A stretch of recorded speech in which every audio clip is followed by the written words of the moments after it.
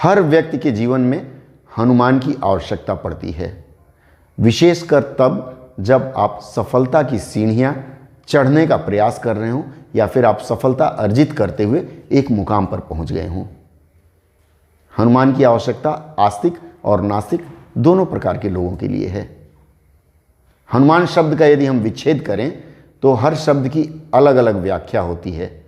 हनु का अर्थ होता है खत्म करना और मान का अर्थ होता है अभिमान, अर्थात जो किसी के अभिमान को, अहंकार को खत्म करे वही हनुमान है।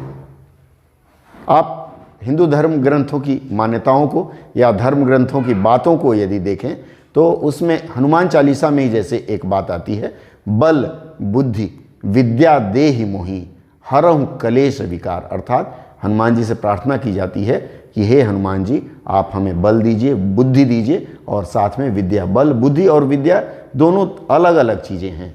बुद्धि तो हो सकती तो विद्या दोनों अलग चीज़ें हैं और उसके बारे में फिर हम उनसे हनुमान जी से मांगते हैं। अब देखिए, प्रतीकों के माध्यम से यदि इन बातों को हम समझने का प्रयास करें तो मैं एक घटना का जिक्र करना चाहूँगा। यह घटना है, महाभारत की घटना है। अब जीवन से इन चीज़ों को हम कैसे रिलेट करेंगे उसके बारे में मैं बताता हूँ। महाभारत की घटना है, महाबली भीम को अपने बल का बहुत अहंकार था।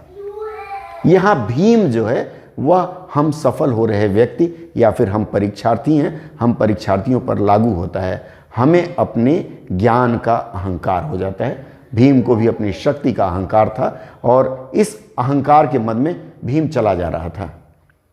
भीम का अहंकार तोड़ने के लिए हनुमान का प्रवेश होता है कहानी में। और आप सबको पता है कि एक बूढ़े बंदर के रूप में हनुमान जी रास्ते पर पड़े हुए हैं, पत्थर के ऊपर सिर टिकाए और पूंछ सड़क पे फैलाए हुए।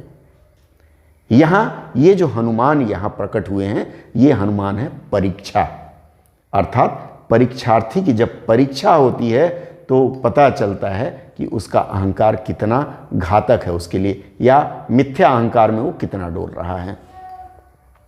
अब यहाँ देखिए, आप कह सकते हैं कि हनुमान यहाँ परीक्षक हैं और अहंकार में डूबा हुआ भीम परीक्षार्थी है, जो अपने एक विषय के अहंकार में डूबा, किसी को भी कुछ नहीं समझता, अरे नहीं मुझे तो सब आता है।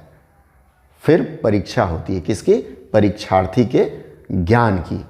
भीम की परीक्षा होती है। हनुमान जी कहते हैं कि ठीक है बेटा, आओ, अगर तुम्हें लगता है कि तुम कुछ कर सकते हो, मेरी पूंछ उठा के मुझे बगल में रख दो और चले जाओ।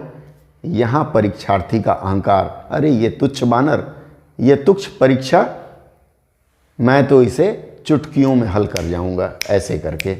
और इसी अहंकार के मद में भीम हनुमान जी की पूंछ हटा करके उन्हें एक तरफ फेंकने की तैयारी में होता है। अर्थात परीक्षार्थी परीक्षा में सोचता है अरे चुटकियों में मैं 200 अंक ऐसे ऐसे प्राप्त कर लूँगा, लेकिन जब वो पूंछ पकड़ता है, अर्थात जब कलम पकड़ के परीक्षा में वो जाता है, तो उसे पता चलता है कि अरे प्रश्न तो अजूबे से आ रहे हैं, मैंने कभी पढ़ा ही नहीं।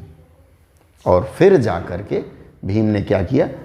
हनुमान जी के शरण में आ गए और उन्होंने कहा प्रभु आप ही बड़े हैं, मैं अहंकार में था।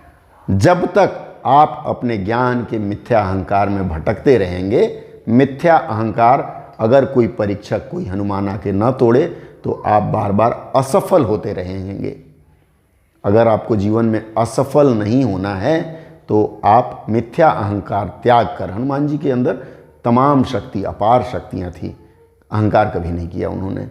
आपको उनके जैसा होना पड़ेगा। आप भले धर्म माने ना माने, आप नास्तिक हों आस्तिक हों, फर्क नहीं पड़ता, लेकिन यह जो हमारे पुराणों में कहानियाँ कही गई हैं, प्रतीकों के माध्यम से बताने का प्रयास किया गया है।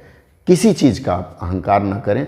जब तक आप अपने बल का, अपनी शक्ति का परीक्षण आप तभी कर पाएंगे जब परीक्षा से गुजरेंगे, अर्थात हनुमान जी की पूंछ उठाने का प्रयास करेंगे।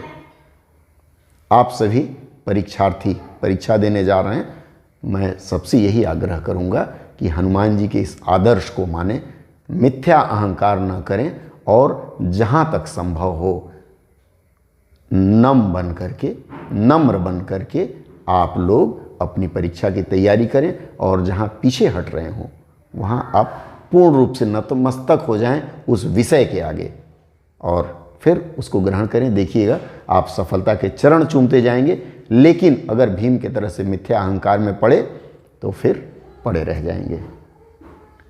आशा है आज के यह सत्र पसंद आया होगा। अगर अच्छा लगा हो तो मैं निवेदन करूंगा, अंगूठा उठा के लाइक करें और मेरे इस चैनल को सब्सक्राइब करें। फिर मिलेंगे ऐसे ही कुछ प्रेरक बातों के साथ, पुराणों से लेकर अन्य बातों के साथ। तब तक के लिए नमस्कार।